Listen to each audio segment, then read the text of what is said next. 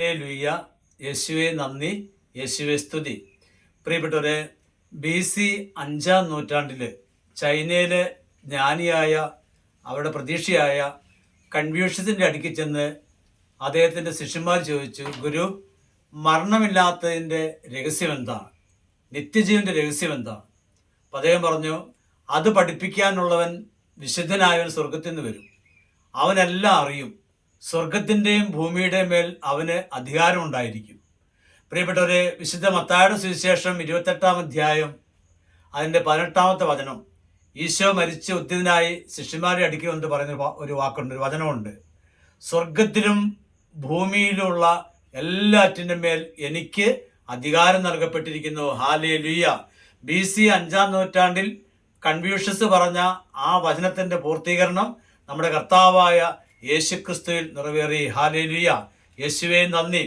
ഇതുപോലെ തന്നെ BC 5-ാം നൂറ്റാണ്ട് ജീവിച്ചിരുന്ന സോക്രട്ടീസ്, ഗ്രീക്ക് ചിന്തകനായ അദ്ദേഹം തൻ്റെ ശിഷ്യന്മാരോട് പറഞ്ഞു, വരാനിരിക്കുന്ന സർവജ്ഞാനിയായവനെ കാത്തിരിക്കുക, അവൻ വരിക തന്നെ ചെയ്യും. ദൈവത്തിൻ്റെയും മനുഷ്യരുടെയും മുമ്പിൽ നാം എങ്ങനെ ജീവിക്കണം എന്നുള്ളത് അവൻ നമുക്ക് പഠിപ്പിച്ചു തരും. പ്രിയപ്പെട്ടവരെ, വിശുദ്ധ പൗലോസ്ലീഹ കൊളോസ്സസ് ലേഖനം 3-ാം അധ്യായം 2-ാമത്തെ വചനത്തിൽ പറയുന്നു, 2-ാം അധ്യായം 3-ാമത്തെ വചനത്തിൽ പറയുന്നു, സർവജ്ഞാനവും ജ്ഞാനത്തിൻ്റെയും അറിവിൻ്റെയും ഉറവിടം യേശുക്രിസ്തുവിലാണല്ലോ ഒളിഞ്ഞു കിടക്കുന്നത്. അന്ന് സോക്രട്ടീസ് പറഞ്ഞ ആ വചനം ഇതാ നൂറ്റാണ്ടുകൾക്ക് ശേഷം യേശുക്രിസ്തുവിലൂടെ പൂർത്തിയായി. ഹല്ലേലൂയ. യേശുവേ നന്ദി, യേശുവേ സ്തുതി. പ്രിയപ്പെട്ട, നമുക്കറിയാമല്ലോ, നമ്മുടെ ഭാരതത്തിലെ ഋഷിമാര് യേശു ജനിക്കുന്നതിന് നൂറ്റാണ്ടുകൾക്ക് മുമ്പ് പ്രാർത്ഥിച്ച 3 പ്രാർത്ഥനയുണ്ടല്ലോ, നമ്മൾ പ്രാർത്ഥിക്കുന്നതാണല്ലോ, നമുക്കറിയാമല്ലോ. അത് അസതോമ സദ്ഗമയ, തമസോമ ജ്യോതിർഗമയ, മൃത്യോമാർ അമൃതംഗമയ. ആദ്യത്തെ വാക്ക് നമുക്കറിയാം, അസതോമ സദ്ഗമയ, അസത്യത്തിൽ നിന്ന്, സത്യമല്ലാത്തതിൽ നിന്ന് ഞങ്ങളെ സത്യത്തിലേക്ക് നയിക്കണമേ. രണ്ടാമത് പറയുവാണ്, ഇരുളിൽ നിന്ന് അന്ധകാരത്തിൽ ഞങ്ങളെ പ്രകാശത്തിലേക്ക് നയിക്കണമേ.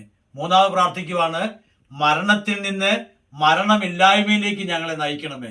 പ്രിയപ്പെട്ടവരെ, നമ്മുടെ കർത്താവായ യേശുക്രിസ്തു ഇതിന് മറുപടി നൽകുകയാണ്. ആദ്യത്തെ പ്രാർത്ഥനയ്ക്ക് ഉത്തരം ഇതാ വിശുദ്ധ യോഹന്നാന്റെ സുവിശേഷം 14-ാം അധ്യായം 6-ാമത്തെ വചനം, വഴിയും സത്യവും ജീവനും ഞാനാണ്, എന്നിലൂടെ അല്ലാതെ ആരും പിതാവിൻ്റെ അടുക്കിലേക്ക് വരുന്നില്ല.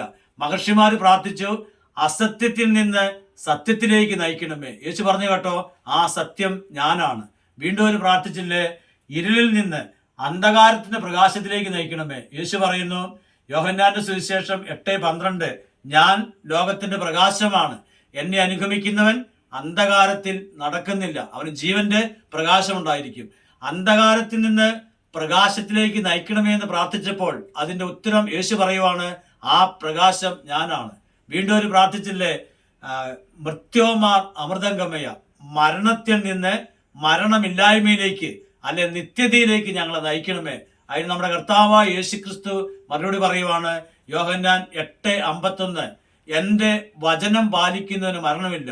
വീണ്ടും അവിടുന്ന് പറഞ്ഞു, യോഹന്നാൻ 11:25, ഇതാ ഞാനാണ് പുനരുദ്ധാനവും ജീവനും, എന്നിൽ വിശ്വസിക്കുന്നവൻ മരിച്ചാലും ജീവിക്കും. പ്രിയപ്പെട്ടവരെ, ഭാരതത്തിലെ ഋഷിമാരുടെ ആ 3 പ്രാർത്ഥനയ്ക്ക് ഉത്തരം യേശു നൽകുന്നു.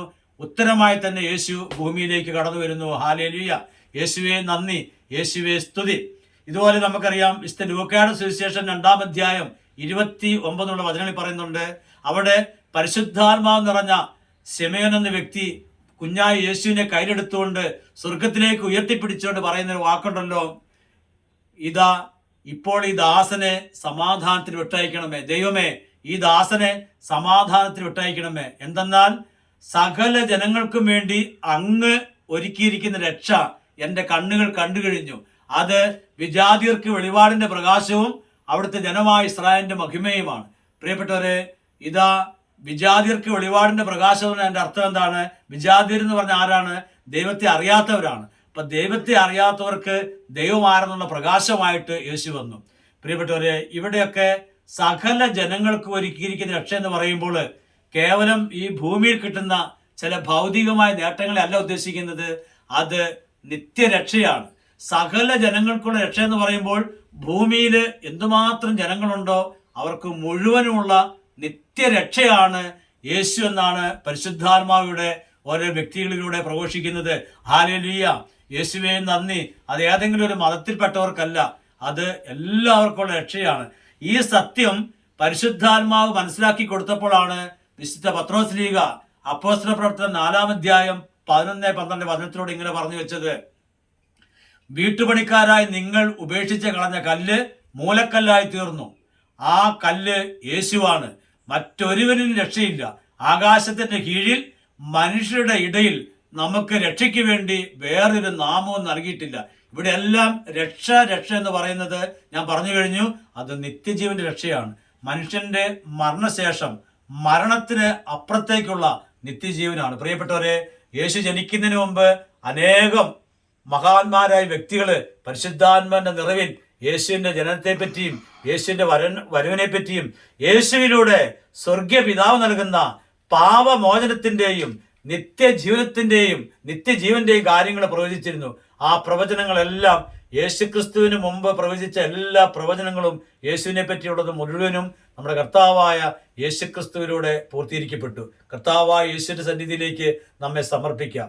മനുഷ്യകുലത്തിന് മുഴുവനും രക്ഷകനായി, നിത്യജീവനായി, പാപമോചനായി വന്ന കർത്താവെ, അങ്ങയുടെ പരിശുദ്ധ നാമത്തെ ഭാരതത്തിലെ പൂർവികരായ ഋഷിമാരോട് ചേർന്ന് എല്ലാ മഹാത്മാക്കളായ വ്യക്തികളോട് ചേർന്ന് ആ നാമത്തെ ഞങ്ങളും സ്തുതിക്കുന്നു. Hallelujah, hallelujah.